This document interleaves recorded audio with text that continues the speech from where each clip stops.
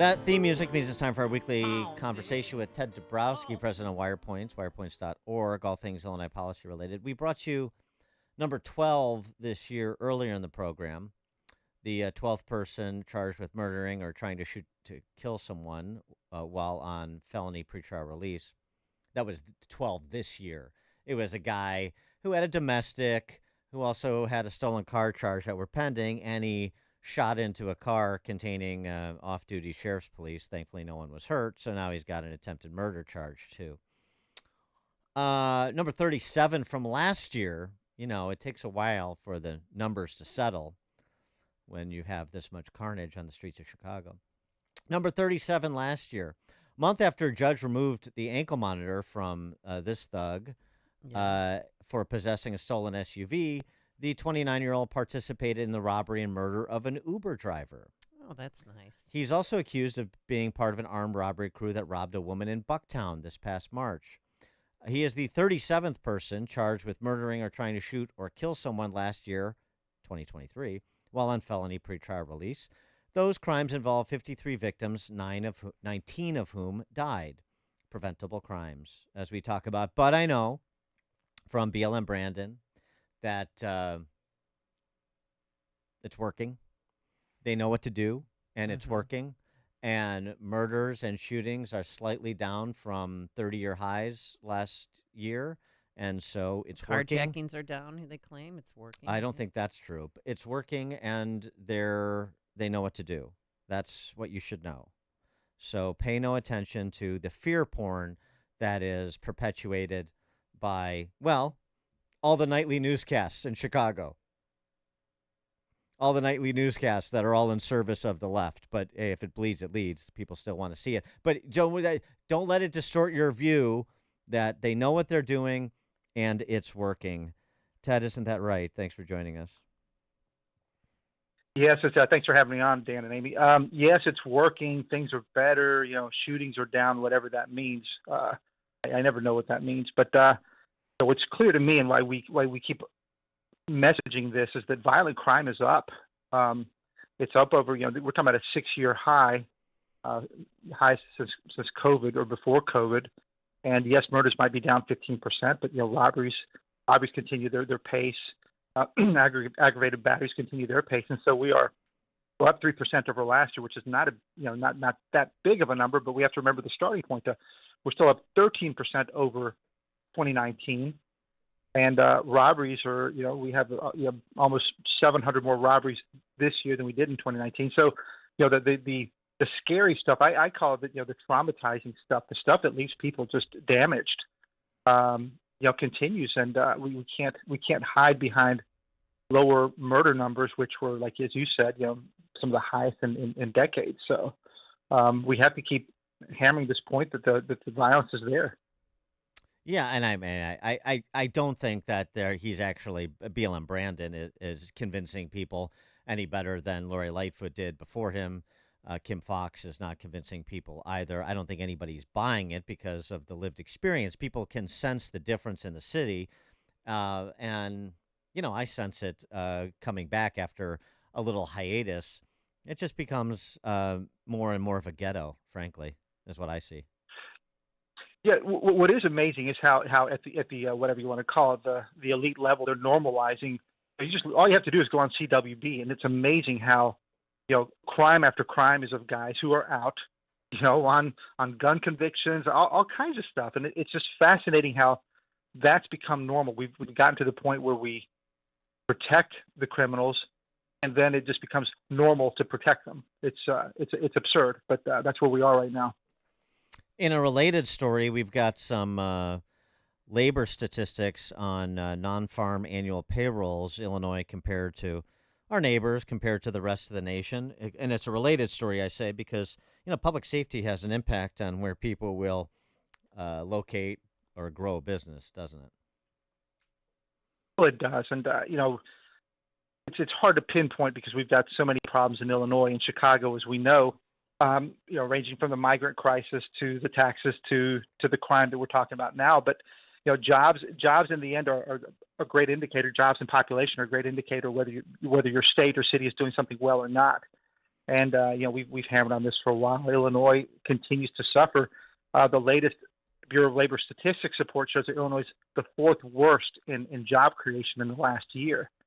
We did have some growth, which was good news, 4%, but basically we were doubled or tripled or even more. 0.4%. Growing much more. 0.4%. Yeah. 0.4%. It's almost zero. But I mean that's impossible because very much like we know what we're doing and it's working public safety wise. As you well know, the governor Jelly Belly is a tech entrepreneur. He is a job creator. Oh, that's right. This is he has made Illinois a job magnet. Illinois is growing. People are not leaving. Businesses are coming. And then we get these stats from like the Labor Department, and you're wondering what they don't understand about Illinois. Yeah, well, and then you compare to places like South Carolina and places like that we talk about that's growing a lot. And others, they're growing. We're going 0.4%. They're growing. Idaho grew 3.7%. Nevada 3.4%. South Carolina 2.8%. I mean, they're growing gangbusters, and that's because they're attracting people. And and let's be clear. This data that shows growth in Illinois right now. If you look over Governor Pritzker's term, there's a different statistic called employment, which is different than jobs. But employment, we have fewer people working today in Illinois than when Governor Pritzker took office. And that should tell you everything you need to know about whether we're creating jobs or not. And you look at places like Texas and Florida, they're talking about 3 million more jobs, 4 million more jobs. And here we are talking about like zero. Ted, I'm old enough to remember in 2017 when our Illinois politicians passed a new education funding formula that they said would transform K through 12 education. How's that working? Oh man, well this is the big trade. Governor Rauner made a big trade, and he gave the unions and the education establishment this super fancy formula that would put billions more into education, which is why we're paying more and more taxes, property taxes all the time, billions more into education. And in exchange, we got that Invest in Kids Act that they said at the time, well, it'll sunset in a few years. Well, the scholarship program sunset, but they're still benefiting from these massive billions in spending that we do for education. And the results are, it's a big flop. Governor Rauner passed that. Pritzker loves it, called evidence-based funding. And the only evidence we see of this formula is that it's a flop. It doesn't work. It takes people's money. Reading results and math results go down. Yeah, this is great. I mean, this is like the superintendent story you did last week that garnered a lot of attention.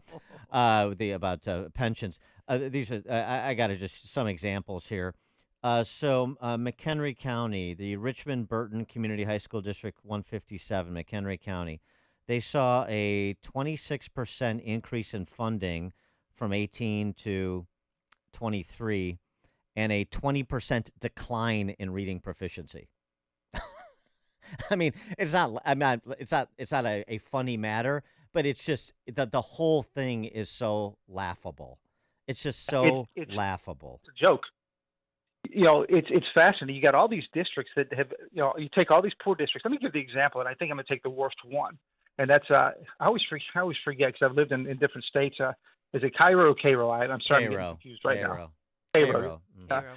So Cairo is a very poor district, right? Huge trouble. But this evidence-based funding formula was supposed to give the poorest districts tons of money to help kids read and do better.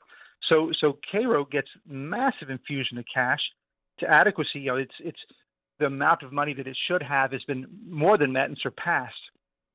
And yet, after all that money, and right now there's $32,000 per kid being spent there. If you line up all 300 schools, all 300 kids in the district, it's a small district, 300 kids, only 6 of them can read at grade level. So this is the kind of failure. They're going to say, "Oh, don't pick on Cairo." Well, no, we're not picking on Cairo. Cairo is the perfect example. You said that if we spend all this money on poor districts, kids would do better. And in fact, they 5% of kids were reading at grade level in 2018. Now it's down to 2%. What do you say about that? It's laughable. We're not picking on Cairo because we have so many other schools to pick on too. Fort Heights School District 169. Fort Heights, one of the poorest community in Cook County, one of the poorest in the country. 35% increase in funding past 5 years. the reading proficiency went from 21% of students to 8% over that same time period. Yep. I mean, I just it's just sort of QED. I have nothing else to say on the topic. If that doesn't register with you, then I guess the conversation is over because nothing will register with you. But here, like one of these. but here again, it's sort of like the conversation we had earlier in the show about this guy who killed somebody in his fourth DUI, illegal immigrant up in Lake County, and the sister of the brother he killed asked the local officials, what happens when he served his sentence? Will he be deported? And the response she got from, I guess, Department of Corrections or the state's attorney's office was, it depends on who's in office.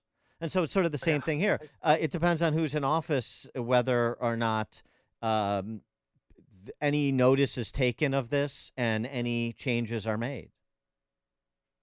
Well, then just to finish this story out, on the flip side, you've got these districts that are still, according to the formulas, woefully underfunded. They spend they spend a lot less money than the rich districts.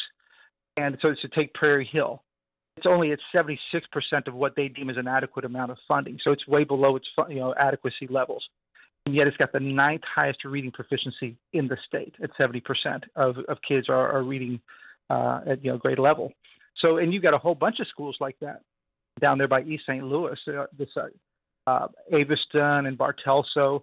They spend $8,000 a year, right, which is a fraction of what New Trier spends and Chicago spends. And yet they have 70% of their kids reading at grade level. So what's up with that? Well, and why aren't we taking what they do? Well, by the way, the fact that 70% reading at grade level is 9th highest in the state is also an indictment of K through 12 education. Sure, that's nothing to write home about. A third of the kids are not at grade level in reading. That's right. Yeah, there's still a lot of work to do there too. But I take your point. Ted Dabrowski, President Wirepoints, wirepoints.org. All things Illinois policy related. Thanks, Ted. Thank you, guys. Thank you, and he joined us on our turnkey.pro answer line. You're listening to Chicago's